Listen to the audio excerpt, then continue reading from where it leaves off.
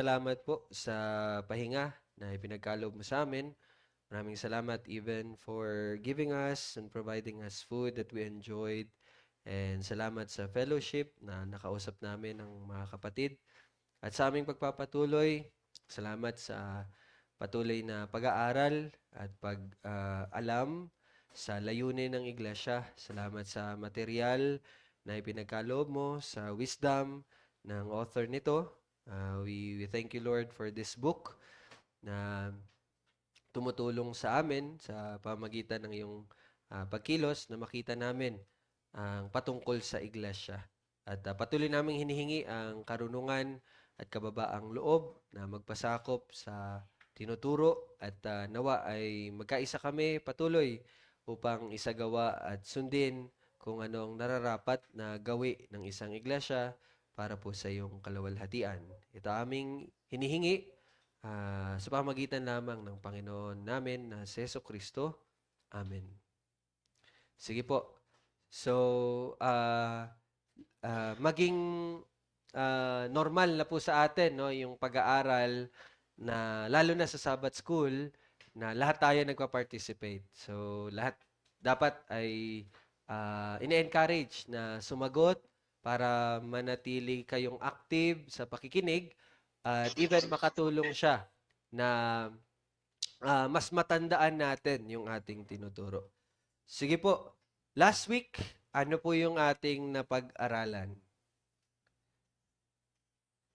Sige, sino pong makakapagbigay ng ah, summary or kung ano yung na-note nyo, ano yung natatandaan ninyo? Sige, walang bias-bias. O, Jamie, ano yung pinag-aralan natin, no, last Sabbath school? Okay. So, manda po kayo, tatawag na po ako ng pangalan, no? Ganun na tayo para mabilisan, no? Wala nang volunteer. Sige po. Jamie, ano yun? Yung purpose of the church po, kung bakit umiiral ang iglesia. So yung dito sa notes ko, yun ano dito yung, kumbaga yung iglesia, kumbaga hindi gawa-gawa ng tao. Kasi ang iglesia ay umiiral dahil tinawag ng Diyos para sa kanyang sarili. Ang iglesia ay tinawag ng Diyos para sa kanyang sarili. Tapos, kumbaga, na-discuss din natin kung yung kaibahan ng nature or kalikasan tsaka katangian ng iglesia. Kung ano yung pagkakaiba. So, yung kalikasan, kumbaga ano nga ang simbahan, pagkatangian naman, sinasabi ano ang pinapakita ng iglesia or ano ang pinapakita ng simbahan. So, yun. Kumbaga, inano natin yung from, nag-review tayo ng from chapter 1 to 6. Okay, wait lang po. Bago mo ano yun. So, ano nga po yung kalikasan ng iglesia? Babalik tayo dun ha, papatuloy natin. Ano nga po yung kalikasan ng iglesia? Gab? Ano po? Mike, ano yung kalikasan ng iglesia, Gab? Nature to ha. Nature. Ano yung buod, di ba? Dapat tanda natin to. Ano po yung kalikasan ng iglesia? Uy, tumingin po kayo sa akin. Ba't na? Ba't tayo dyan tumingin? Sige. Matinawag ng Diyos sa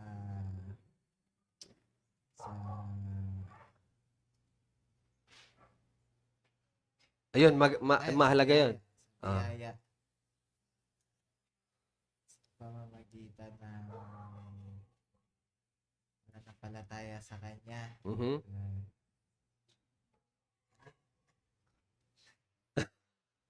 Okay, wait lang. Ano natin? So, ang iglesia, ang kalikasan ng iglesia ay mga tinawag, di ba? Sa biyaya ng Diyos sa pamagitan ng pananampalataya kay Kristo. Ayun, mahalaga yung tatlong yon. Tapos, ah,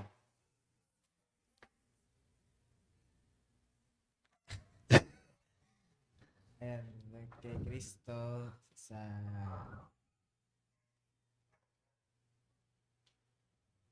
pananampalataya kay Kristo ng ng sama-sama para sa Okay, nang sama-sama para sa para sa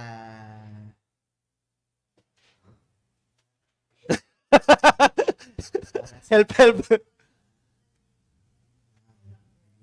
para sa para sa kalwalhatian niya Sa pamagitan ng sa pamamagitan ng paglilingkod ng sama-sama. Okay.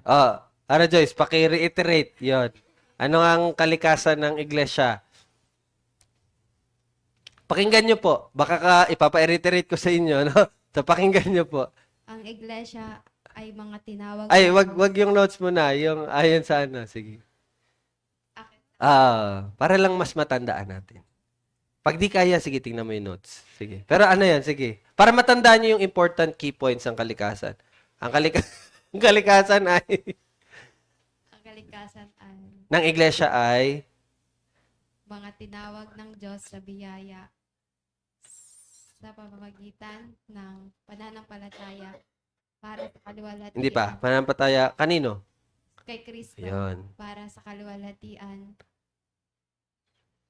ng Diyos.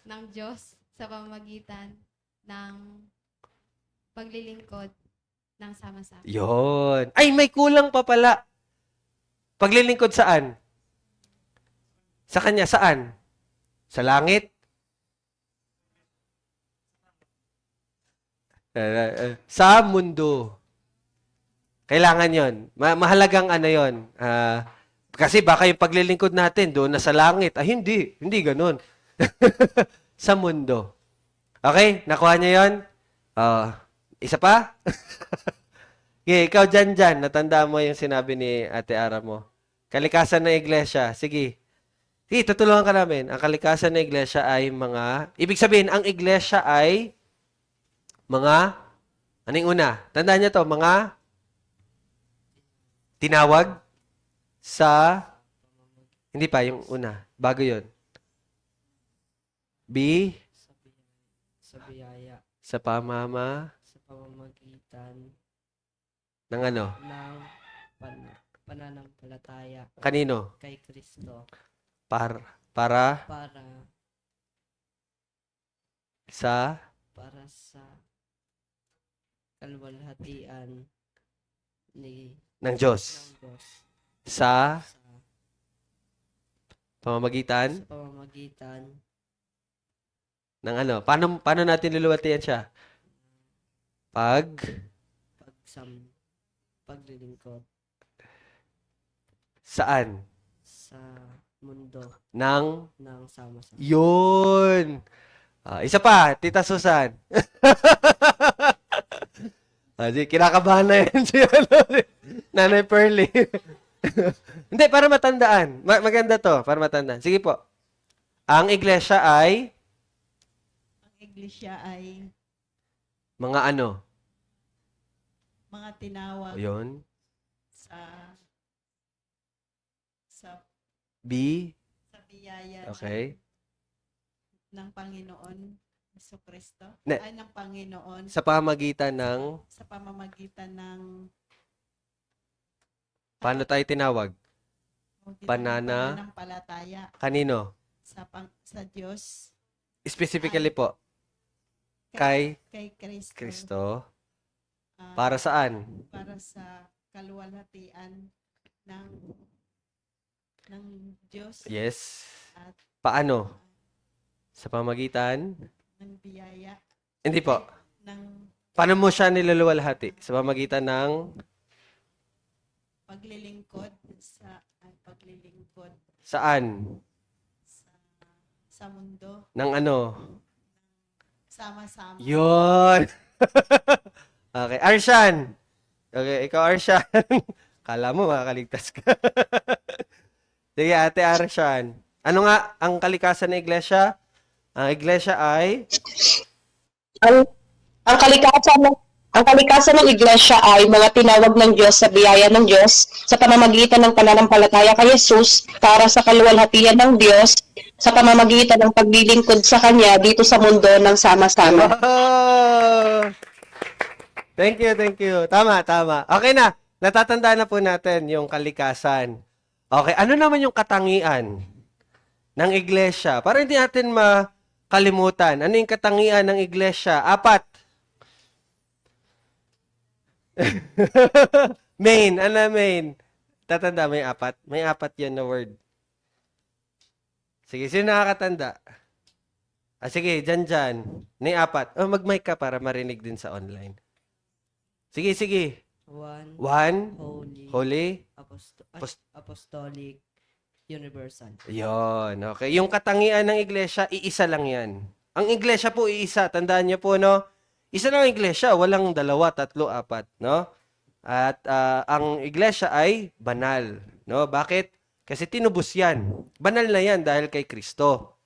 At yan ay universal or Catholic. Universal, ibig sabihin, hindi lang yan sa Pilipinas, hindi lang yan sa Maribeles, but sa lahat ay sa lahat ng bahagi ng lupa. At yan ay apostolic. Ibig sabihin, nagsimula yan sa pamagitan ng mga apostol. So, yan po yung katangian ng iglesia. Yun lang, review lang, no? Para matandaan natin. Okay, so, patuloy po doon. Ano sa yung mic? Na isa. Yung isa, wala na? Ay, sige. Okay, patuloy mo, Jamie, yung ano mo, summary. Tapos ayun, kumbaga yung sa chapters, kumbaga binalikan natin yung inano natin, kumbaga ni-review yung from chapter 1 to 6 kasi nga ano siya tawag dito? Connected siya dun sa purpose kumbaga ng church. Paano? Okay, stop muna tayo. Sabi ni Jamie, yung binalikan natin yung chapter 1 to 6 kasi connected siya doon sa layunin. Okay. Paano naging connected sa layunin ng iglesia? Yung 6. May division yon, di ba? Tandaan nyo? Yung una, yung chapter 1, 2, 3, yun yung sinabi natin kanina, kalikasan, katangian, at yung pangatlo is, ano yung chapter 3? Tanda ng iglesia. Ano nga yung dalawang tanda muna? Ano yung dalawang tanda ng iglesia? Tanda po, tanda. Tanda ng iglesia. Yan na. Ano yung tanda ng iglesia? 2 tanda. Pero actually, sa pagbabasa ko may 3 daw eh. Pero sige, yung 2 lang muna natin. Ano yung tanda ng iglesia? Idadagdag ko yung pangatlo para may ano kayo. Hello. Tanda. Ano yung word?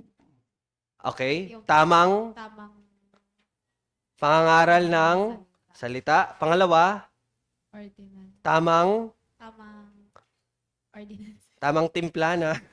Ang timpla ng Jew. Tamang pagsasagawa ng Ordinance. ordinances. Ano yung ordinances? Lord's Supper, tsaka baptism. Okay, so 2 tandayan ng iglesia. Kapag ang iglesia, tama nilang pinapangaral ng salita, tama din nilang isinasagawa ang ordinances, yung baptism, tsaka Lord's Supper, tandayan na iglesia yan ni Kristo. Okay? Pero merong pangatlo. Hindi lang natin na pero may pangatlo po. I-note nyo na lang din. Yung pangatlo is yung pagsasagawa ng disiplina sa iglesia. That's one of the marks of Church of Christ.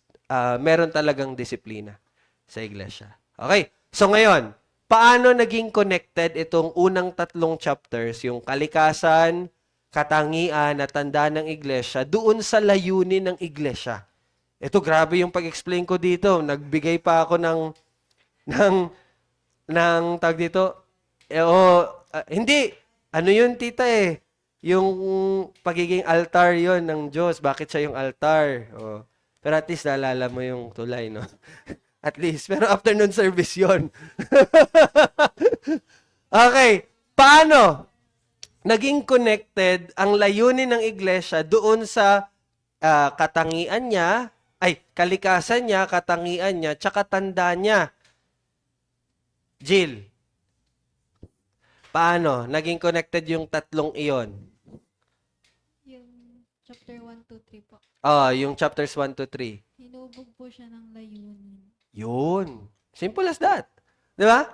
Yung kalikasan ng iglesia, yung katangian ng iglesia, yung tanda ng iglesia, nahubog yun doon sa layunin ng iglesia. Sino makakapagbigay ng halimbawa? Kung natandaan nyo. Para matandaan. Pwede rin kayong gumawa ng sarili nyong halimbawa. Basta ganito yung ipapakita ninyo. May layunin ng iglesia, at dahil sa layunin na yon, dun hinubog mula doon yung kalikasan niya, katangian niya, tsaka tandaan niya. Sige, example. Sige ba si Tito Bong po? Ayan na po, Tito Bong, yung mic. Tatlo yun eh. Tatlo.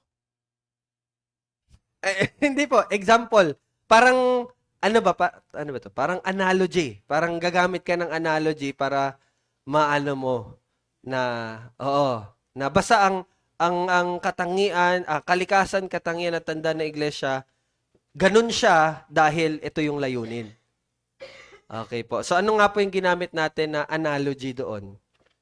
Or pwede rin kayo mag-isip ng analogy. Ito yung nakasentro sa nakasentro sa salita, nakasentro sa pagpapatibay. Mhm. Ano po yan? Yan po yung ano natin. Tawag dito. Yun yung layunin natin. Pero ang tanong po, paanong hinubog ng layunin yung kalakasan, katangian, tsaka tanda ng iglesia? Kasi minsan, lagi nating naiisip na ito yung kalikasan nito, ito yung katangian nito, ito yung tanda nito, kasi para ganito yung layunin. Pero baliktad po. Ito yung layunin ng iglesia, kaya ganito yung kalikasan niya. Ito yung layunin ng iglesia, kaya ito yung katangian niya. At ito yung layunin ng iglesia, kaya ito yung tanda niya. So, para maging malinaw, nagbigay po tayo ng example. Ano nga po yung example na yun? Natandaan nyo? Yung sasakyan. Tandaan yung sasakyan? Ano po yung layunin ng sasakyan? Kumandar. Gulong. May gulong siya. Ano po yan? Tanda yan. Pero ang layunin ng, bakit may car? Para makarating. Oo, 'di ba? Hindi para maging mayaman, magmukhang mayaman, no? Pero ang layunin ng car is para may mai-transport from point A to point B. So 'yun yung layunin niya, 'di ba? So kung 'yun ang layunin niya, ano dapat na maging kalikasan niya? Ano yung naging kalikasan ng car? Ito ay isang umaandar, 'di ba? Ito'y dapat umaandar, merong spasyo, 'di ba? Merong yun nga po, may mapapaglagyan siya, parang ganun. Pwede siyang lagyan. So yun yung naging kalikasan niya. So kung ganun ang kalikasan niya, ano yung katangian ng car? Malaki, mabilis, 'di ba? Yun yung katangian niya. Matibay. So anong tanda na car yan? Tandaan yan pag may manubela yan. 'Di ba? Ang tandaan niyan, kapag meron siyang manubela, may makina, may gulong. Di ba? So, yun, nangyari yun, nahubog yun, dahil may layunin sa una. Nauna yung layunin mo. Di ba? Ang layunin mo is to transport from point A to point B. So, ngayon, ganun na siya, magagawa mo na yung layunin mo. Dahil umaandar siya, dahil may espasyo siya, at dahil mabilis siya, matibay siya, at dahil may gulong siya, may upuan siya, may manubela siya, may makina siya, magagawa niya yung layunin niya. Ano yung layunin niya? Para i-transport ka from point A to point B. Di ba? So, yun yung connection ng layunin sa unang tatlong chapters na pinag-aralan natin. Nagets nyo na po? Mauna ang layunin. Yes, tsaka tanda. Nauna po yun. Layunin talaga muna. Okay? So, hindi yung baliktad. Okay po? So, ngayon, yung chapter 4, 5, tsaka 6, paano naman siya naging connected sa layunin ng iglesia? Ano nga yung chapter 4? Membership ng church. Chapter 5, polity of the church. Chapter 6, discipline of the church. So, paano siya naging connected sa layunin? Anong role nito nung tatlo? yung 4, 5, 6, anong role niya sa layunin ng iglesia? Bakit may membership? Bakit may tamang pamamahala or polity? At bakit may discipline? Okay? Isa po yun sa layunin ng iglesia. Di ba? So, tama po yun. Merong membership, merong polity, at merong discipline para sa pagpapatibay ng iglesia. So, yun, example na yun. So, ano yung connection netong tatlong ito sa layunin ng iglesia? Yung tatlong iyon ang nagiging ano?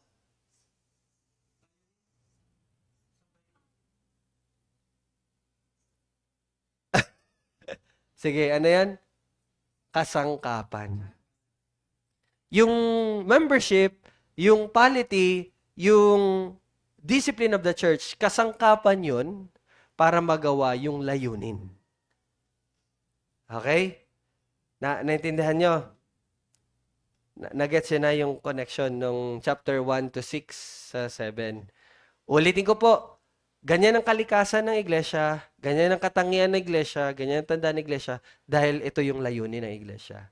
At dahil may layunin ng iglesia, kailangan ng church membership, kailangan ng polity, tamang pamamahala, at kailangan ng tamang pagdidisiplina upang magawa ang layunin. Kasi yun yung kasangkapan upang gawin ang layunin ng iglesia. Ganun nyo makikita yung kabuuan ng chapter 1 hanggang chapter 7. Nakukuha po ba natin? Okay. So, ano nga po yung tatlong layunin ng iglesia?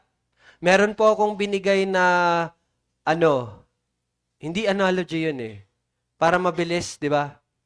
Pag ganon, parang cross ang layunin ng iglesia.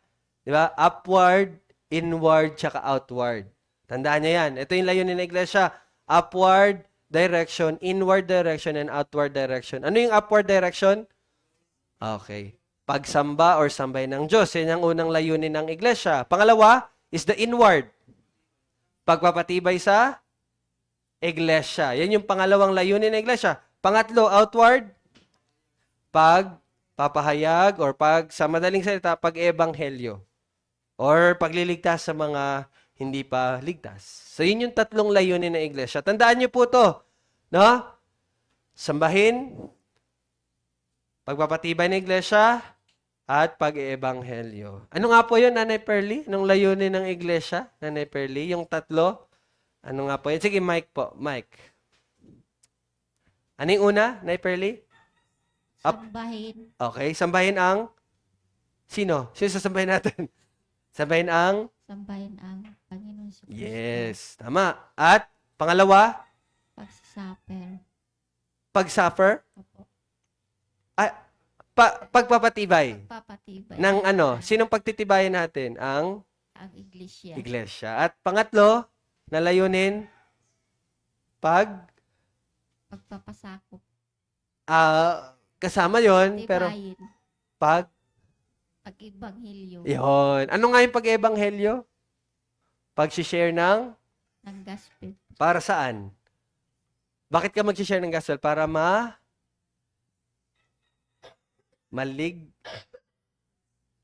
maligtas ang mga Maligtas ang mga hindi paligtas. 'Di ba? Ulitin natin. Nay Perly, anong unang layunin ng iglesia? Samba? ang sambahin. Sino? Panginoon sa Kristo. Okay. At pangalawa, pagtibay.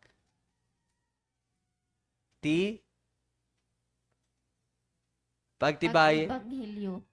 Hindi, pangatlo po yan. Pangalawa muna. Pagtibayin ang Tibayin ang ang iglesia ni Yes. At pangatlo ay ang pagluwalhati.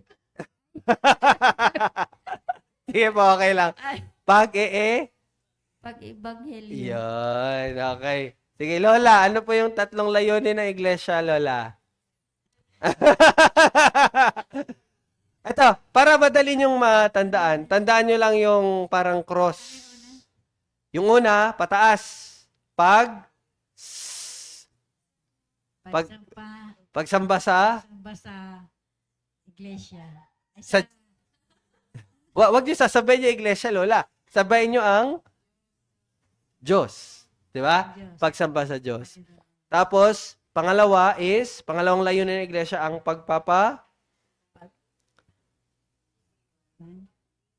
Pagtibay ng iglesia. iglesia. At pangatlo, na layunin, Ebanghelyo. pag-ebanghelyo. Okay? So, yun. Tandaan po natin yung tatlong layunin. No? Sambahin ng Diyos, pagtibayin ng iglesia, at pag-ebanghelyo. Ibig sabihin, para sa kaligtasan ng mga hindi paligtas.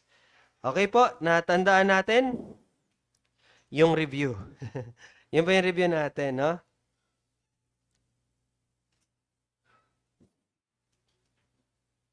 Okay, ngayon naman, magpapatuloy tayo sa atin pong pag-aaral at unahin natin ang unang layunin ng iglesia. Okay? Magpo-focus tayo ngayon sa unang layunin ng iglesia. Ano nga po yung unang layunin? Sabay-sabay? Sabay-sabay? 1, 2, 3, go!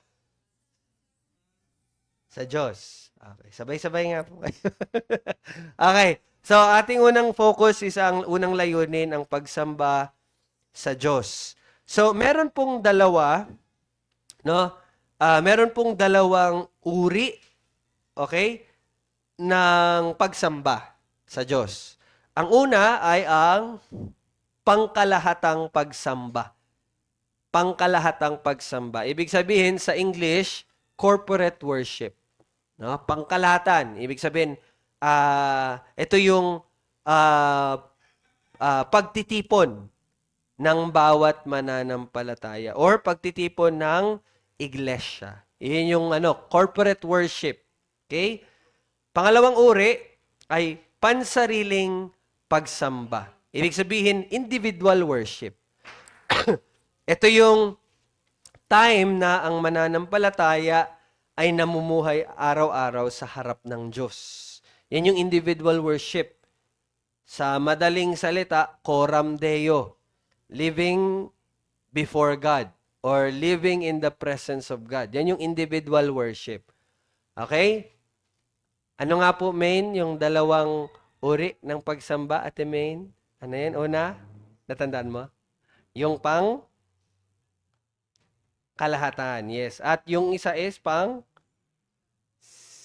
sa sarili. Okay, tandaan natin, no? Yung dalawang uri ng pagsamba, pangkalahatan at pansarili. Pangkalahatan, pansarili. Para madaling matandaan, lahat at ako lang.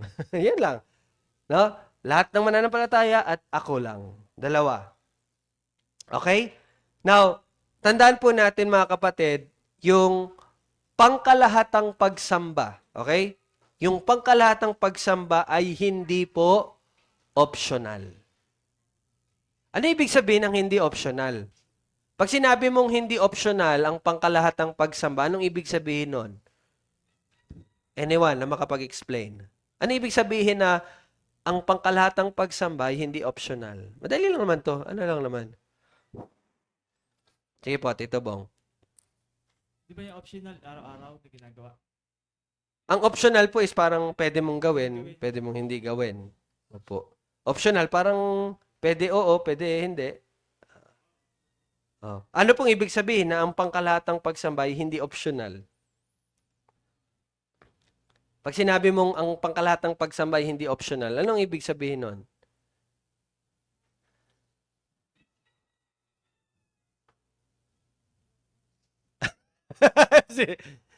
Sige. Jean, ano ibig sabihin nun? Kapag sinabi mong ang pangkalahatang pagsamba ay hindi optional, ano ibig sabihin nun? Ay, Mike. Na nararapat lang talaga tayo na sambahin ng Diyos kasama yung kapwa natin mananampalataya. Yun. No? Pag sinabi mong ang pangkalahatang pagsamba ay hindi optional, ibig sabihin nararapat. Dapat. No? Na sumamba ka kasama yung kapwa mo mananampalataya. In other words, In other words, hindi pwedeng mag-isa ka lang.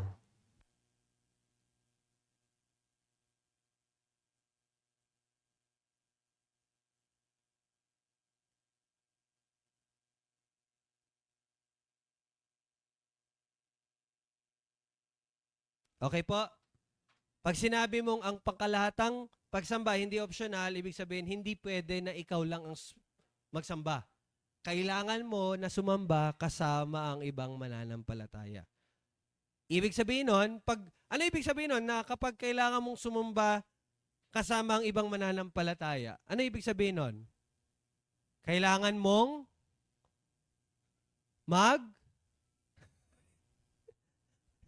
Okay. Kailangan mo magsimba. Tuwing kailan? Tuwing araw ng Panginoon or linggo. Tandaan niyo po yan, mga kapatid. Okay? Hindi optional ang pangkalatang pagsamba. Ito, bakit po? Bakit? Ito ang pampubliko at tipanang pagtitipon ng bayan ng Diyos. Tandaan niyo po itong word na to, no? Yung pangkalatang pagsamba ay pampubliko at tipanang pagtitipon. Ano ibig sabihin ng tipanang pagtitipon? Pag sinabi mong tipanang pagtitipon yan, yung tuwing nag-gather kayo sa linggo, tipanang pagtitipon yan. Ano ibig sabihin ng tipanan? Tipanang pagtitipon. Ibig sabihin, pag may tipan ka, ano ba yung tipan? Asawa, katipan. Ano yung tipan? Alam niyo po ba yung tipan?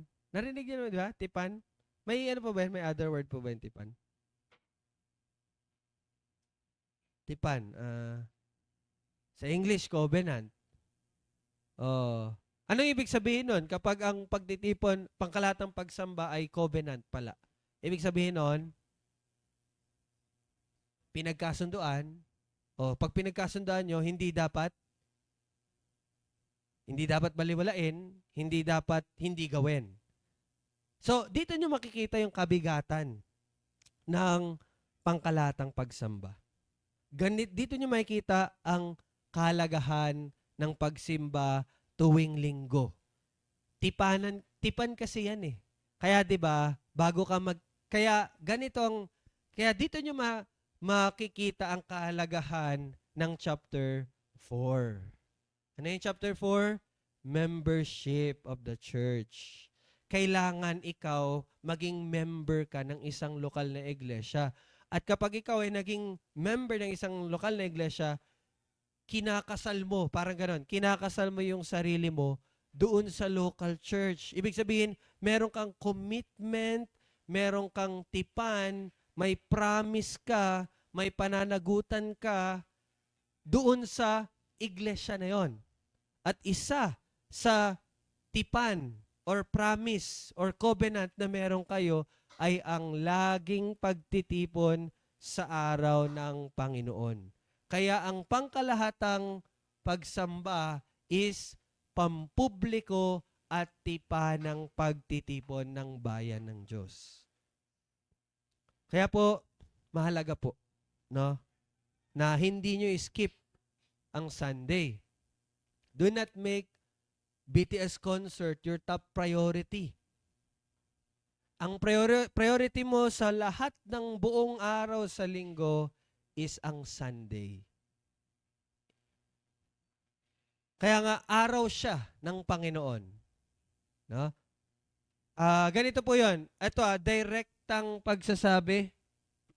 Ay, nakalimutan ko ilagay yung box dito po. Oo, nakalimutan ko po.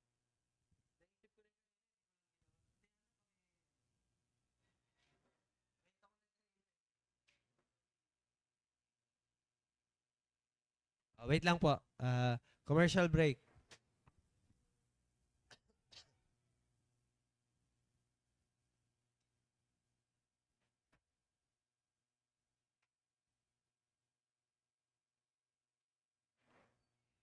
Ayan. Thank you po. Thank you po. So, balik tayo. 'Di ba yung chapter 4, 5, 6 kasangkapan siya para magawa yung layunin? O, tingnan nyo ngayon. kapag hindi ka member ng church, paano mo magagawa ang unang layunin ng sumamba sa Diyos? Di ba? Kasi kapag hindi ka member ng church,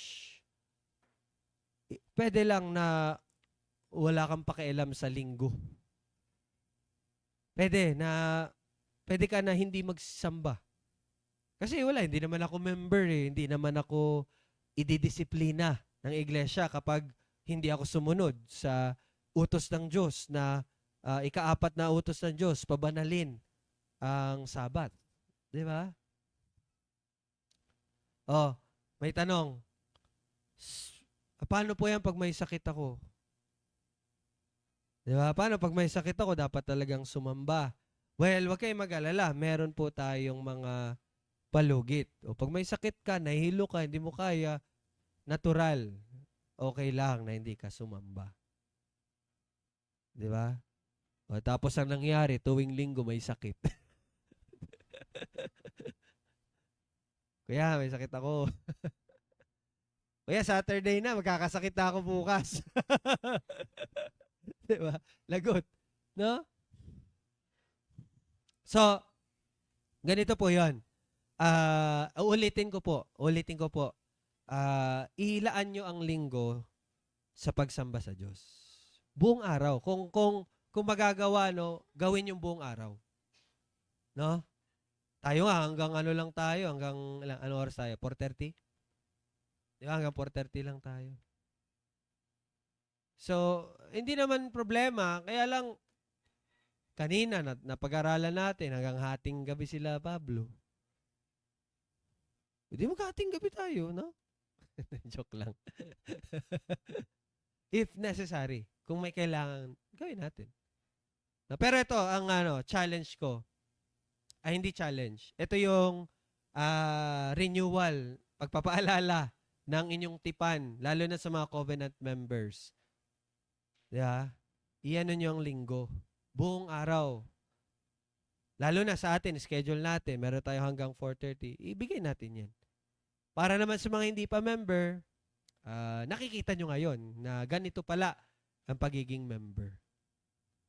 Hindi to para sa dahil member ka, but pagsunod ito sa utos ng Diyos. Sa layunin ng iglesia at yun ay ang pagsamba sa Diyos. Di ba? No? Okay na. So, ang pansariling pagsamba naman, ito, maganda to. Ang pansariling pagsamba po ay dumadaloy mula, okay? Or, at hinuhubog ng nagaganap kapag nagkakatipon ng iglesia. Ulitin ko po ha. So, sa mas madaling pagka-Tagalog, ang pansariling pagsamba ang output. Ito yung bunga. Ito yung resulta mula at hinuhubog ng kung ano ang nangyayari kapag nagtitipon ng iglesia. Yun yung individual worship. Output lang siya ng kung ano ang nangyari dito kapag nagtitipon ang mga mananampalataya tuwing linggo sa corporate worship. Ibig sabihin po, ano ibig sabihin nun? Ibig sabihin, magkakaroon lamang tayo ng tamang pansariling pagsamba kung tayo po ay natuturuan, nahuhubog, at nasasanay sa tamang pagsamba kasama ang iglesia. Doon ka lang po magkakaroon ng tamang pagsamba sa Diyos kapag tama kang natuturuan doon sa corporate worship. Na? Hindi ka baligtaran. Kasi maraming tao. Narinig niyo na ba to? Yung mga may tao nagsasabi na, ayos lang na hindi ako magsimba. Bakit? Kasi pwede naman akong manalangin. Kaya ko naman manalangin na hindi nagsisimba, di ba? Kaya ko naman magbasa ng Bible. Di ba? Kahit na hindi pumupunta sa linggo. Di ba? Pwede akong makinig ng sermon online. Diyan si Paul Washer, pogi pa, galing pa mag-preach. Di ba? Ba't ako makikinig kay Rel, yung pogi ni Paul Washer? Ito, gagaling mag... Di ba? Doon ako kay Paul Washer. Galing nito eh. Oh.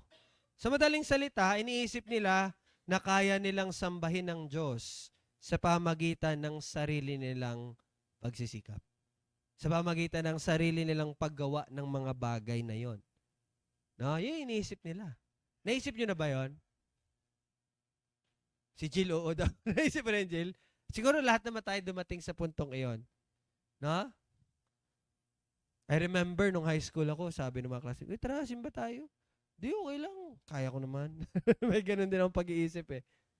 Pero buti na lang kasi doon ako ini-invite sa ano eh, sa malaking church. Pero buti na lang hindi ako ganon. Pero malaking pagkakamali po 'yon, no? Tandaan niyo po, kailangan muna ng isang tao ang may tamang pagsamba kasama ang iglesia bago siya magkaroon ng tamang pagsamba sa Diyos bilang individual. Tandaan niyo 'yan. Okay? Ulitin ko po, kailangan muna ng isang tao ang may tamang pagsamba kasama ang iglesia or corporate worship bago siya magkaroon ng tamang pagsamba sa Diyos bilang individual. Hindi mo ma-worship ang God ng tama na ikaw lang mag-isa kung hindi ka natuturuan doon sa iglesia. Kaya ganun kahalaga ang church membership. O ngayon, nakikita nyo na paano nagsuserve yung chapter 4, 5, 6 sa layunin, di ba? At sa kabilang banda naman, etong maganda rin sa personal worship, di ba? Hindi ka magkakaroon ng tamang personal worship kung hindi ka natuturuan sa corporate worship.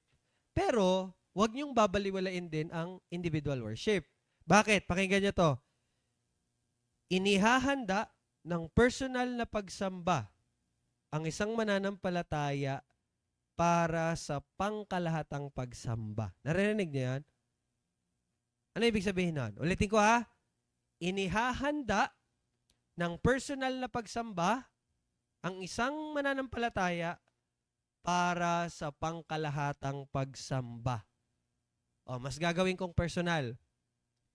Inihahanda ng aking personal worship ang aking sarili para sa pagsamba sa linggo. Paano nangyayari yon? Bakit ganon? Paano ka nahanda? Yung personal worship mo, yun din pala yung naghahanda sa'yo para sa corporate worship. Ngayon, tanong ko po sa inyo, paano nangyayari yon? Ito, wala tong exact na sagot. Depende yan sa kung anong ginagawa mo sa buhay mo. Malalaman natin yan sa sagot mo. Depende na lang kung magaling ka ng general answer, no? Pero ito ang tanong, paano nahahanda ng individual worship ang sarili mo para sa corporate worship? Arshan, paano? Sa tingin mo? Nag-guess niyo po yung tanong? Si Arshan muna po. Baka may sagot to. Mabilis to sumagot eh.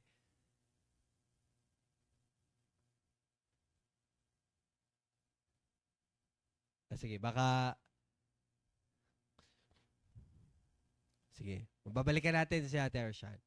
Okay, si Tito Bong. Nag-raise ng hand si Tito Bong. Pwede pahiram na lang ng mic muna dyan kasi gamit ko po to. Ulitin ko po yung tanong. Paano inihahanda ng individual worship ang sarili mo para sa corporate worship? Paano po?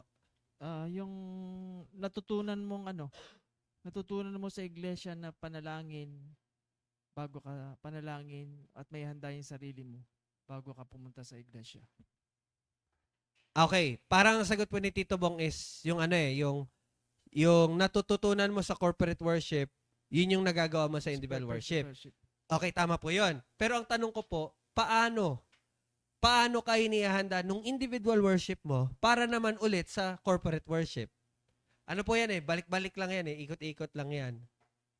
Ang sagot niyo po kanina, nagkakaroon ka ng individual worship dahil natuto ka sa corporate worship. Pero ang tanong po, paano ka naman hinihahanda ng personal worship mo doon sa corporate worship na darating ulit na next Sunday? Paano ka inihahanda nung personal worship na yon?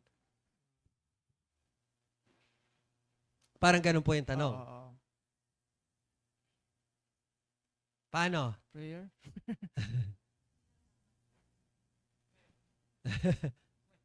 Sige. Ikaw, Gab. Paano kayo nihanda ng individual worship mo? Wait lang. Para maging malinaw. Ano nga po yung individual worship? Dinefine ko to kanina. Ano ang ibig sabihin ng individual worship?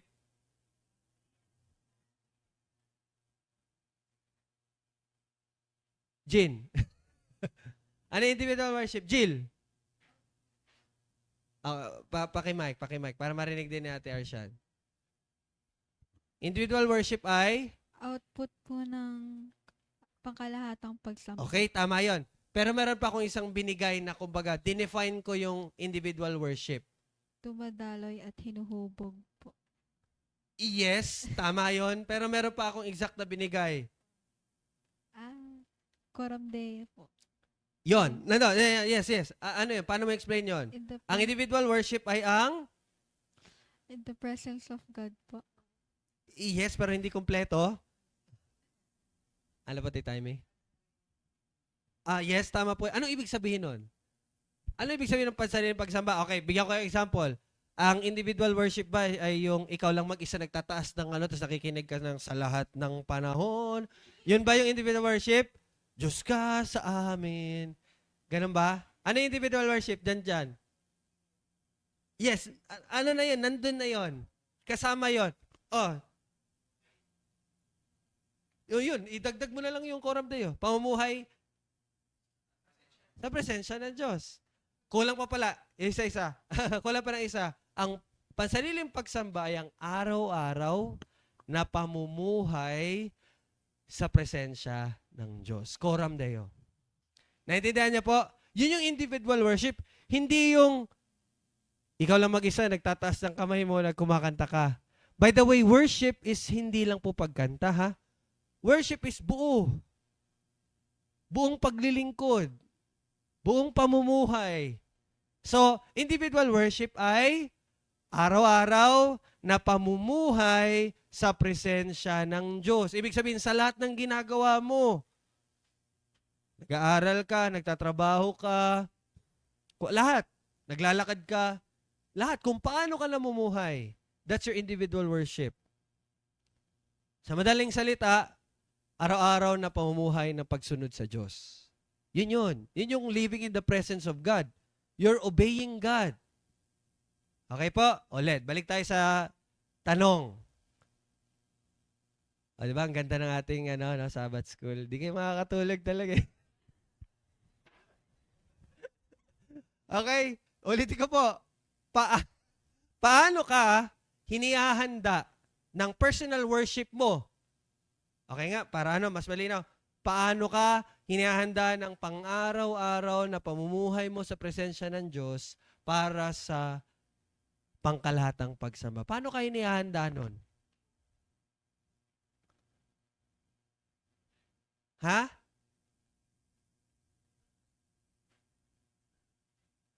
Yana. Ano? Oh. Paano kayo hinahanda? Pwede kayo magbigay ng mga example.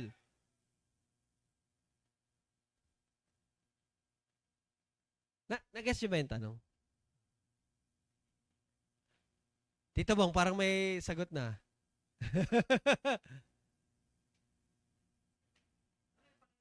Sige.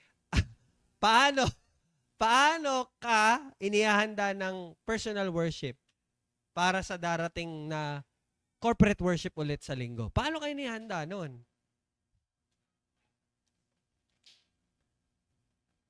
O yun, sige. O, paano ka inihahanda nun, Tito Bong? Binibigyan ka nun ng pag sumusunod ka. For example, sumusunod ka talaga sa Diyos. For example, may struggle ka na, ano ba mga struggle na maganda? For example, ayaw mo tamad ka mag-aral, magbasa ng Bible reading. Pero, pag nagbabasa ka talaga, araw-araw, nagba-Bible reading ka, personal worship yan eh. Paano kayo nihanda nun sa corporate worship? Pag ginagawa mo yun, anong mangyayari sa'yo pagpunta mo sa linggo? May buo kang,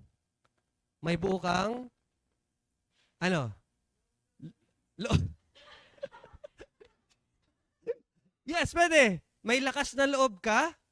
May confidence ka na sumamba sa Diyos? Di ba? Mag-pray with confidence. Yes, kasi nag-aaral ka. O, balik rin natin. Hindi ka nag-aaral. Hindi ka nagbabasa. Hindi ka sumusunod. Ano mangyayari sa'yo pagpunta mo sa Sunday? O, di ba? Nakakahiya. Di ba? Walang gana. Pagdating pa lang, alam na ng mga kapatid mo, eto, di okay to. Di ba? Ano siya eh? Magre-reflect siya eh. Di ba? Magbe-bear ng fruits. Hindi ka magiging excited sa word. Pero pag nagbabasa ka, nananalangin ka, sumusunod ka sa Diyos, hindi ka, di ba, hindi ka nagsisinungaling, hindi ka nag-aano.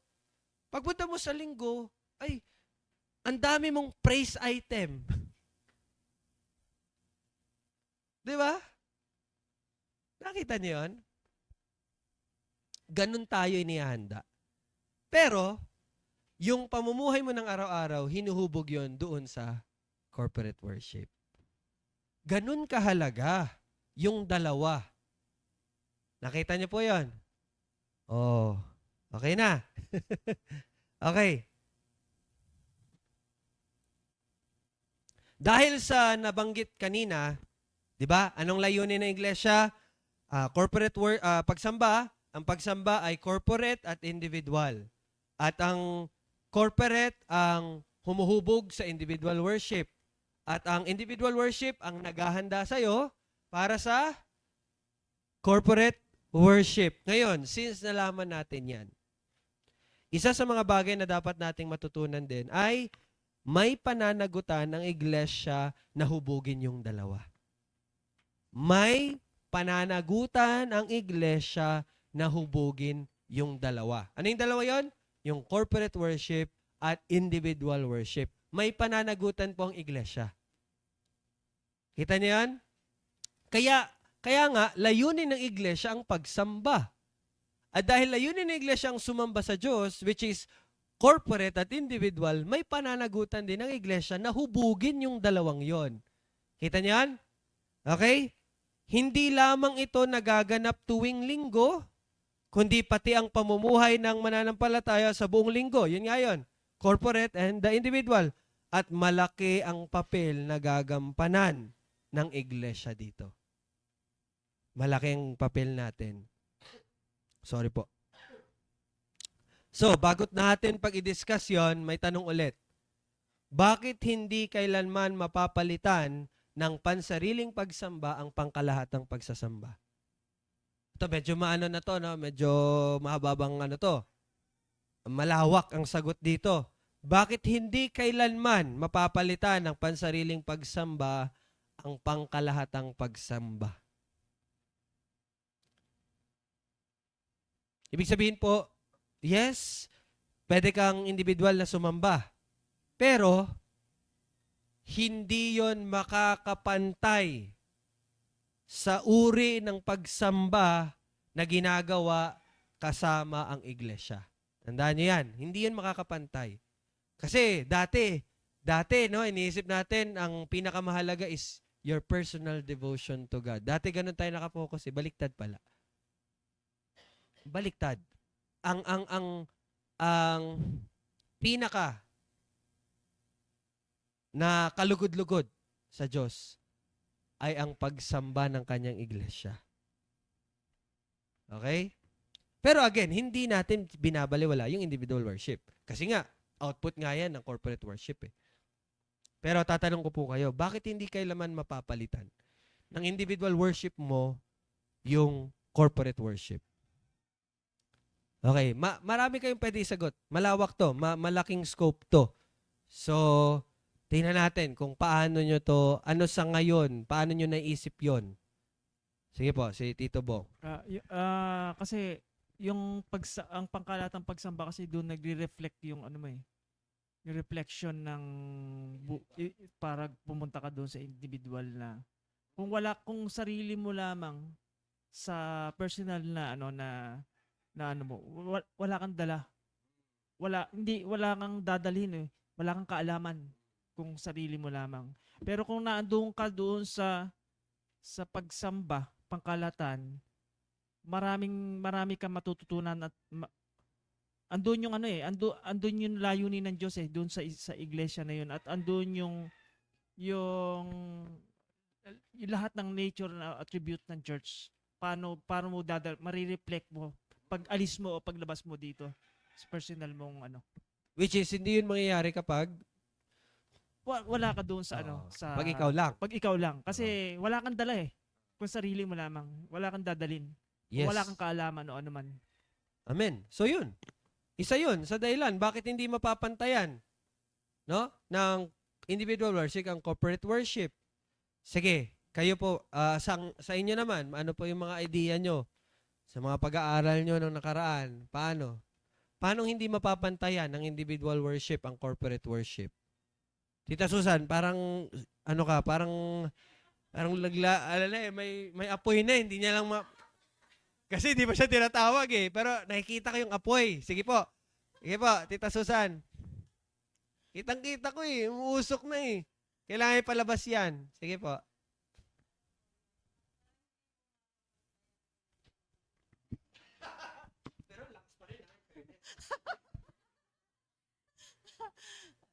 Ano po, hindi ba mapapantayan po yung karamihan po na pagsamba po, kumbaga, parang mas malakas po, parang na ano po, pagka marami po, yung parang sa sa ano po, kagaya po ng ako po, pagka nagbabasa po, yung minsan hindi ko siya makuha o hindi ko siya maunawaan yung binabasa ko. Tapos doon ko po nakukuha, kagaya nito, ng sama-sama po natin na inaaral natin. Doon ko nakukuha o naintindihan yung ganun pala yung ano. Kaya mas mahalaga or mas maano po talaga yung sama-sama na pagsamba kaysa sa pansarili. Yun, maganda yun na nabanggit ni Tita Susan. Kasi po, ang pangangaral ng salita, okay? Ang pangangaral ng salita ng Diyos ay ibinigay niya sa mga pastor at mga guro. So, ibig sabihin, ang tamang pangangaral ng salita nangyayari doon sa pangkalahatang pagsamba. At merong itinalaga ang Diyos na mga tao na magiging lingkod niya upang ipangaral ang kanyang salita. Di ba? Kaya maganda yun na nabanggit ni Tita Susan, di ba? Kaya ikaw, kung ikaw lang, mababasa mo. Pero, binigay ba sa'yo ang gift of interpreting and teaching the word? O hindi naman eh. Saan mo makikita yon? Doon sa pangkalahatang pagsamba. Kaya sabi ko sa inyo, daming apoy eh. Hindi po kasi parang nangyari po din to kagabi sa amin na sabi ko sa kanya na minsan hindi ko kasi alam din yon. Kaya paano ko malalaman mo yon kung hindi mo rin sasabihin na ikaw ang nakakaalam. So ibig kong sabihin, sabihin mo sa akin na ganto, gawin mo para malaman ko yun. Kasi para akong nasa isang parang nasa isang lugar na hindi ko alam kung anong ginagawa ko doon. Dapat Asan po kayo? hindi po, yung parang in-example ko lang ba na ganun, dapat sabihin mo sa akin kung anong dapat kong gawin para Sino magawa ko magsasabi yun. po? Sa amin kagabi yung namin na kami nila dyan ni Minmin at saka si Ara Joyce. Kasi yung inaano ko nga na, parang hindi ko nagagawa yon. Kaya sinasabi ko kay Ara Joyce na anuhin mo. Yun kumbaga na andito yung Tulungan. pinag-uusapan natin na kailangan ng yung maramihan na para malaman ko sa sarili ko, magawa ko yun pang sarili ko. Okay. Pero ikaklaro ko lang po, no? Hindi po ibig sabihin nun na hindi na kayo pwede mag-family worship. Yun ba ang point mo, Tita Sus? Na kumbaga parang, wag na tayo mag-family worship kasi hindi ko alam. Yun ba? Hindi. Bali, example lang yon. Kasi kung wala kang pagsamba corporately, paano ka makakapagturo sa family? Parang ganun ang point mo. Okay, tama yun. Ipasok ko lang din, since na-mention na ni Tita Susan, sa corporate worship, sa family worship po, tsaka sa accountability group worship, hindi kayo nararapat na matakot. Why? Kasi, hindi na kayo ang mag-i-explain. pakinggan nyo na lang kung ano yung tinuturo. I-relay nyo lang. Kaya nga po, sa biyaya ng Diyos, meron tayong web app para doon nyo ma-review. And kung nakikita nyo, parang haba-haba naman ito. Mas mahaba po ang oras na i-google ninyo kung papakinggan nyo. Mas madali po actually kayo matatapos kapag babasahin nyo yung script. Pag binasa nyo yung script, siguro 10 minutes, 15 minutes tapos na kayo. Pero pag pinakinggan nyo yung buong 50 minutes kayo, sige, 1 hour. Pero nasa sa inyo yun. Nasa sa inyo yun. Pero eto, ano ko lang, suggestion lang din sa family worship ninyo tsaka corporate group, mag-appoint lang kayo ng isang leader, siya na yung magsasummarize yung itinuro, tapos diretso na kayo sa questions para hindi kayo magtagal. Ganun ang gagawin. Hindi yung, okay, ikaw, ano yung naano mo? Ikaw, ano naano mo? Hindi ganun. Para mabilis. Ano lang, review lang. Overview lang. Ito yung mga points na tinuro doon nung last Sunday. O, ito yung tanong. Di ba? Daming tanong, pero isa lang yung sagot, isa lang yung punto, no? Nag-obey ka ba o hindi? Hindi, pero specific kasi yon, di ba? So, ganun po. I remind ko lang, yung corporate group ng mga tatay-nanay, ha? Meron po kayo, ha? Mag-meet kayo. Pag ano, reminder lang. Nawa, si Nanay Pearly makasali, no? Sa, ano po, sa accountability group. Pero anyway, maganda po yung sagot. Thank you. Sa iba pa, bakit hindi mapapantayan or mapapalitan ng pansariling pagsamba ang pangkalatang pagsamba? Baka may ma-share pa po kayo. Bakit? Marami pang sagot na pwede.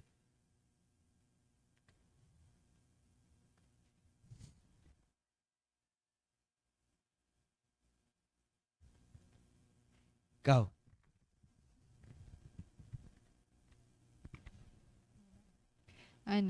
Kumbaga, dito kasi 'di ba yung even nga yung creation, kumbaga everything is connected talaga sa lahat. So ibig sabihin wala talagang isa, parang ganun. Tapos iyon, kumbaga hindi yung mga hindi natin mapapractice yung mga graces na binigay ng Panginoon. Narinig niyo po yun? Baka lumabas yung sipong ko eh. Okay. Tama po yun. Kasi kapag hindi mapapalitan ng individual worship ang corporate worship, kasi yung graces, hindi natin mapapractice yun kapag ikaw lang mag-isa. Hindi mo masusunod yung utos na love one another, bear with one another, pray for one another. Di ba? Kill each other. Ay, wala lang ganun. Di ba? Hindi mo masusunod yon kung individual ka lang. But magagawa lang yon sa konteksto ng pangkalahatan ng iglesia. O yun, magandang sagot yun. Ano pa? Meron pa po kayong dagdag?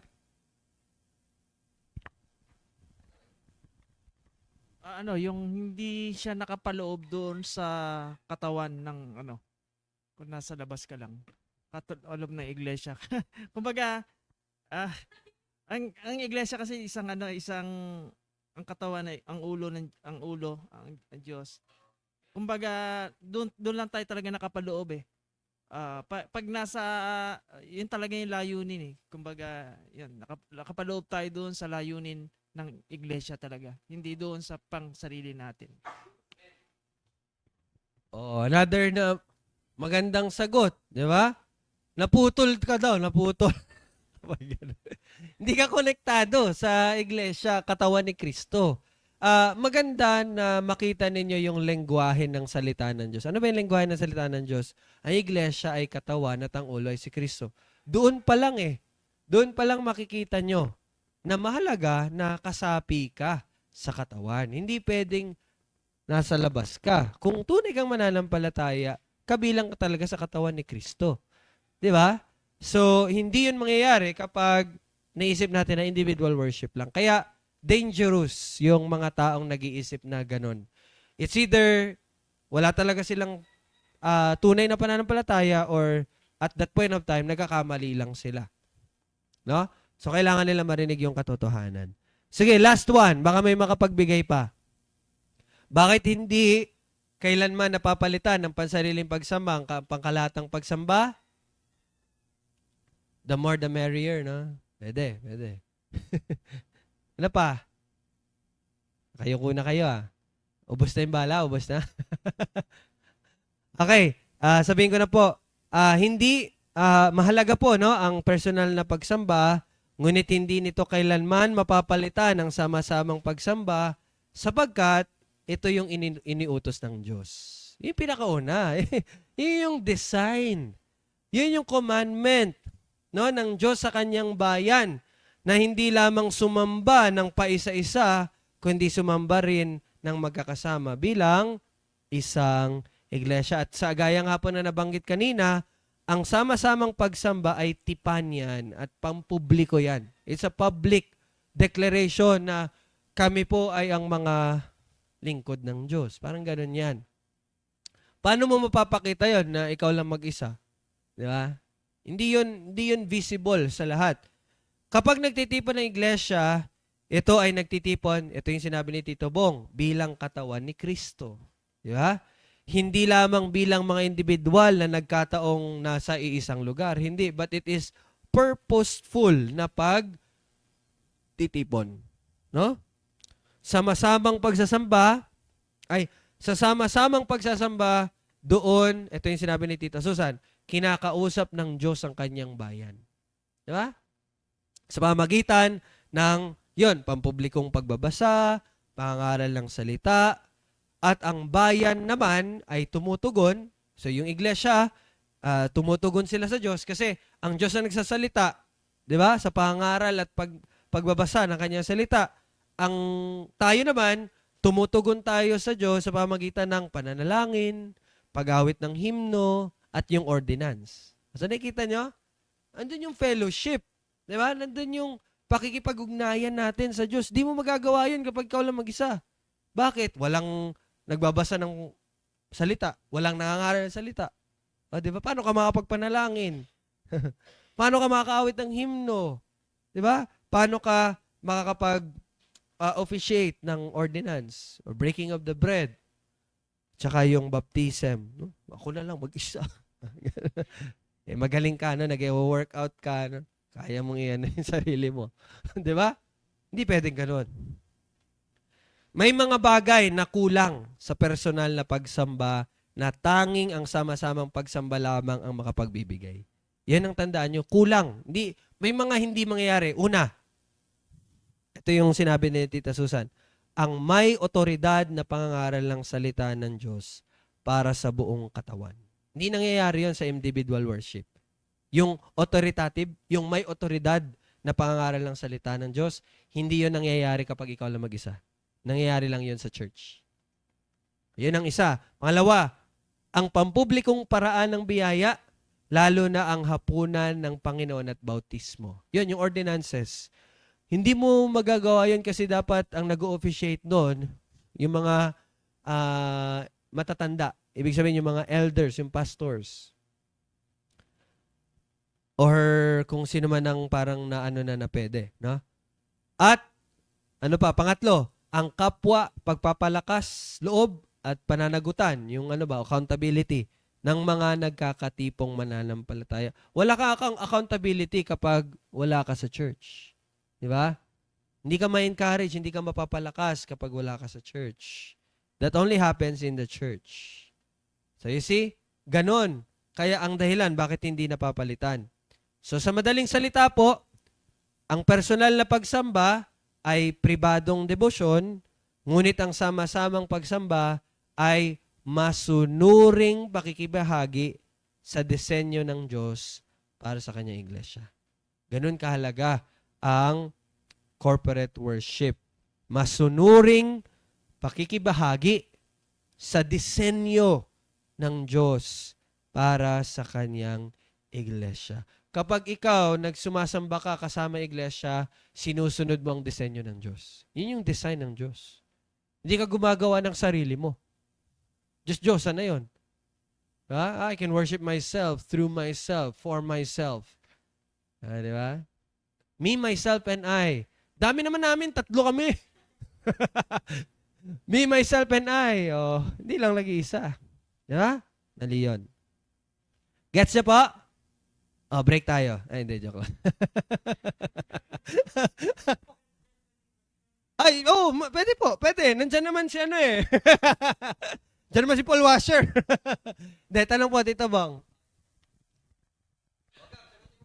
Ibig sabihin talaga yung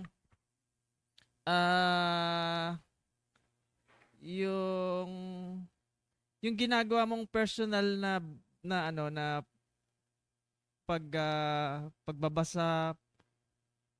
pagbabasa, panalangin na hindi nakaugnay doon sa salita ng Diyos o sa iglesia ay wala. Kasi nga sige po. Ayun nga. Kasi yun ang madalas na ginagawa ng ibang kami dati ganun. And ano lang to, yung natutunan ko lang na yung pala kumbaga yung ginagawa nating yung every Sunday na pagtuturo mo sa amin nabago na yung nabago na yung tawag dito. Yung daily namin na Bible study, pag-aaral, hindi na basta sa pansarili na namin. Kumbaga, nauugnay na doon sa iglesia lahat. Kumbaga, hindi na hiwalay. Yun sa kumbaga, kung yung personal na pag-aaral ay nauugnay pa rin doon sa iglesia. Ay, sarili namin. Hindi yung kunyari personal na pero hindi pala ugnay. Paano 'yon?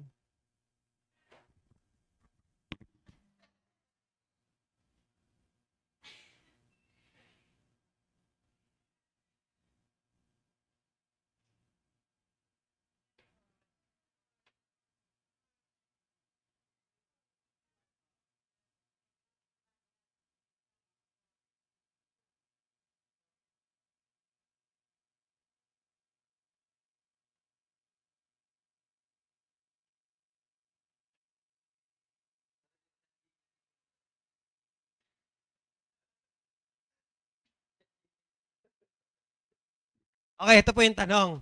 Paano naman ang mangyayari kapag yung individual, for example, yung pag-aaral, pananalangin, hindi ba yun katanggap-tanggap kapag yung pag-aaral mo at yung individual na pananalangin ay hindi connected doon sa, for example, ipinangaral nung linggo? Paano mangyayari yun?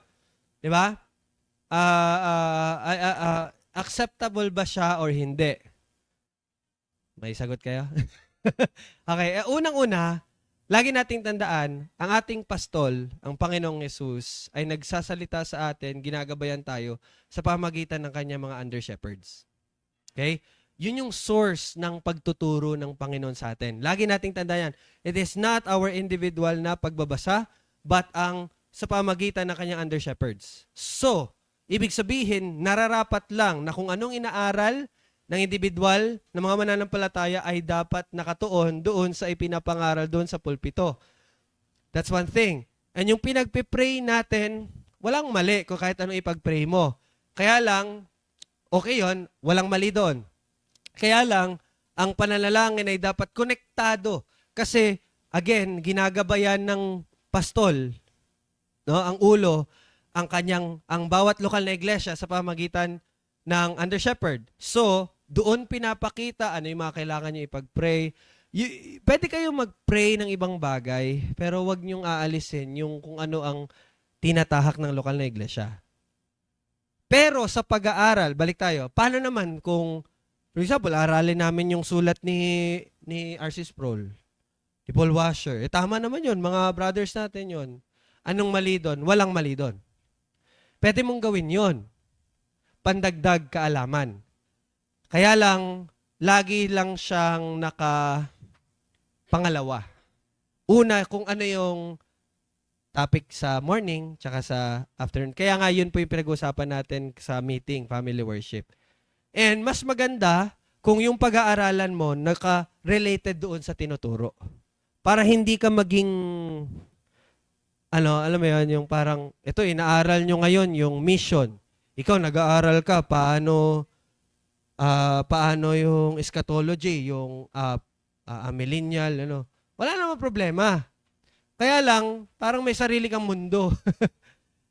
Kaya lang, ang maganda kasi, alam natin na ang pastol natin, alam niya kung ano yung pangailangan natin sa ngayon. Pero darating at darating rin tayo doon. Pero wala pong problema. Wala pong problema. Okay lang naman siya. Okay lang naman siya. Gawin mo lang siyang secondary. Wag main. Na? Wag si main. Nagets nyo? Nuggets mo or hotdog? Nuggets. Nuggets naman. Okay. Another tanong. May tanong pa?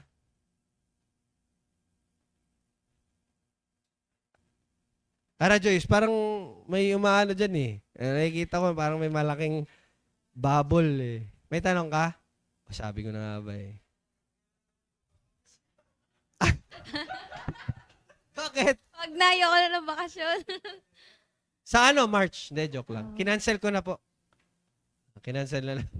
Sa ano na po, sa August. Yung huli, yung next namin. Sagot na? Sige. Ano, Joy? Bale, 'di ba kasi parang naano natin ngayon yung pagtuturo sa pulpit kumbaga. And naalala ko yung 'di ba sa linya ni David, sila talaga kumbaga yung inatasan na mag-ano sa temple. Ay, Levites yan. Apo. 'Di ba parang napag-aralan din po natin yung yung mga lalaki lang talaga kumbaga yung So, kumbaga parang hindi siya hindi siya applicable parang ganon sa mga babae. Yung pangangaral parang ganon. Opo. Focus ka ba sa pangangaral or parang ang isa hindi na applicable yung mag-aral? Hindi yung kasi 'di ba parang sa sariling worship Pag-aaral. sariling worship kumbaga. You mean yung pag mag-aaral ka ng ibang topic? Hindi. Ay. Sige. Hindi kunyari 'di ba corporate tsaka individual siya. So individual, hindi siya mapapalitan ng corporate prayer. Ay corporate worship. So bale pag sa lalaki is able sila na mag-worship or magturo din sa harap kumbaga ganon. Pero sa babae ano lang siya, parang nag-aaral ka lang, makikinig ka lang, ganyan. Tapos, a-attend ka pa rin ng corporate, pero wala kang able para magsalita sa harapan. Ganun. Okay. Kasi di ba sa corporate, ano din siya, parang sa pagtuturo din siya, kumbaga, ganun. Ayun. Okay. Sa konteksto ng corporate worship hindi ng church. Yung pagsamba, yung linggo, ang inatasan is ang lalaki. Lalaki na, yon nga, siya yung tinalaga na guro or pastor. Lalaki yon, lalaki lang talaga yon. Pero, sa labas ng corporate worship, ibig sabihin, pagtitipon ng iglesia, pwede ka magsalita. Pwede ka mag-voice ng opinion mo, hindi opinion mo, kumbaga mag-share ng tinuturo mo, pwede ka rin magturo. Pero hindi siya sa konteksto ng worship service. So, at ang ano niyan, for example, Sunday school. Hindi, lalaki pa rin 'yon. Ano tawag doon? Yung kids. Pwedeng magturo ang babae. Doon. Sa mga bata, pwede magturo. Hindi ibig sabihin na lalaki lang. Pwede magturo doon yung babae. Pwede ka magturo sa kapwa babae mo. Pwede ka magturo sa mga bata. Pwede ka makipag-diskusyon sa lalaki, even sa pastor. Pwede 'yon. Ano 'yon? Pero ano 'yon? Yung parang informal na usap lang, individual or group. Or kapag habang kumakain, pastor, di ba, sabi niya, no, ganito, natutunan. Pwede yun. Pero yung formal na, thank you po, God bless po, yung formal na pagtuturo, lalaki lang talaga. So, mag-aaral pa rin kayo. Ganun. Wag nyo ano yun. Everyone is a theologian. Di ba? Nasagot ba, Ara Joyce? Gusto mo ba maging pastora? Joke lang. Pero malinaw po. Malinaw naman. So, do not limit yourself na, ay, babae kasi ako, hindi ako magtuturo. Pwede mo turuan si Jan. Pwede yun, walang problema. Pwede mo rin ako turuan. Mag-usap, kung may na-discover ka, ganito pala kuya, no? Maganda yun. Mas magandang usapan yun. Yun yung discussion natin, mas maganda yun. Walang problema yan. Walang problema yan. Okay? Pero, always with respect. Ganun lang. With respect and mo pa rin na may authority siya over you. Ganun din kapag may asawa ka na, kapag may hindi kayo pagkakaanuhan, you can, 'di ba? Minsan kasi iniisip ng mga lalaki yung head of the family. So wala nang masasabi yung baba. Hindi. Pwede ka pa rin makapag-diskusyon, pero always wag kang, ikaw, ganito ganyan. Ikaw talaga, lagi ganito isip mo. Hindi dapat gano'n, dapat hindi ba pwede na ganito? Dapat gano'n.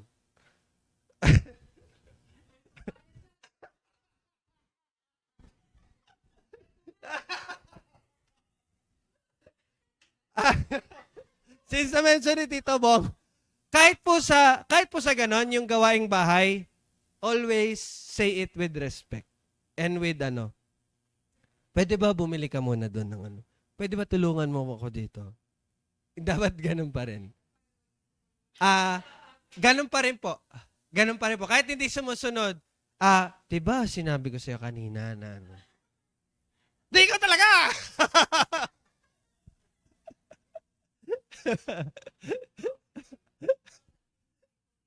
Okay?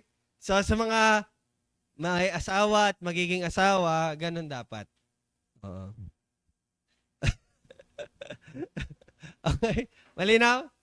Okay. Any tanong po?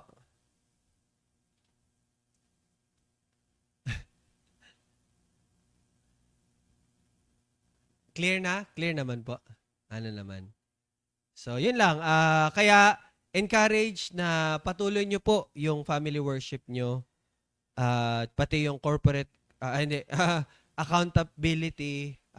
Focus kayo doon sa word. Tapos, for example, gusto nyo mag-aral, nawa, gamitin nyo po yung web app natin. Wag na po kayong lumayo, no? Andyan naman na eh. Pag natapos mo na naaral, doon ka na lumabas. Pwede naman. Actually, meron tayong devotional, di ba? O ibang topic yun, di ba? Pero pinapaaral sa inyo. Kasi alam ko na malaking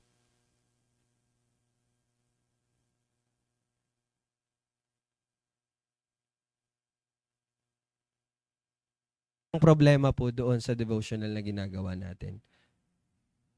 Tsaka yung Bible reading, hindi po yun masama. Bagkus, makakatulong siya sa atin. Hindi nyo alam kung kailan, pero makakatulong siya. For example, nag-preach. Ay, oo, nabasa ko yan. Yun yung sinasabi doon. Ganun ang magiging tulong nun kasi. I guess, kaya huwag niyong babaliwalain yung Bible reading. No? Ang challenge pa naman ngayon, si Job, no? Challenging yung dialogue nila, Kala mo, si Job yung mali, Pero ang mali pala, yung mga friends niya. No? Pero ito, ang maganda niyan, balikan nyo lagi yung unang 2 chapters para hindi kayo maligaw ng Job. Ano ba nangyari sa unang 2? Sinabi doon, si Job ay lumalakad ng tapat sa Diyos. Kaya kahit anong sabihin ng mga friends niya, always think na hindi totoo yon. Kaya sila yung nagkakamali.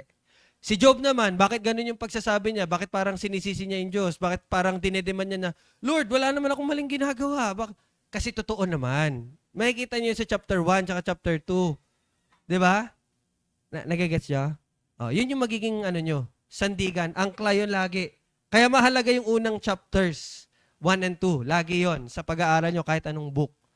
Kaya maganda, bago kayo magbasa ng isang book, basahin nyo muna yung introduction. Book introduction. Maganda yun, yung mga Bible study Bible natin. Meron sila. Isasama rin sa inyo, malaking tulong yon. Para hindi kayo maligaw.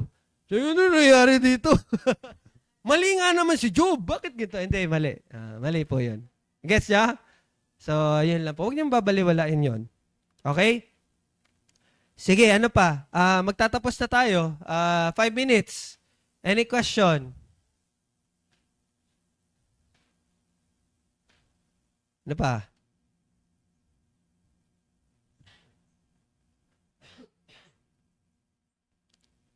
Asan si Arshan? Wala si Arshan. Wala na kayo? Tanong? Okay na? Ako magtatanong. So yun po, no, wag niyo pong babaliwalain yung corporate worship. That must be our highest priority sa buong linggo. Nawa excited kayo lagi tuwing linggo. No, Sabado pa lang excited ka na. No, nawa ganon. Tas lagi niyo ipag-pray.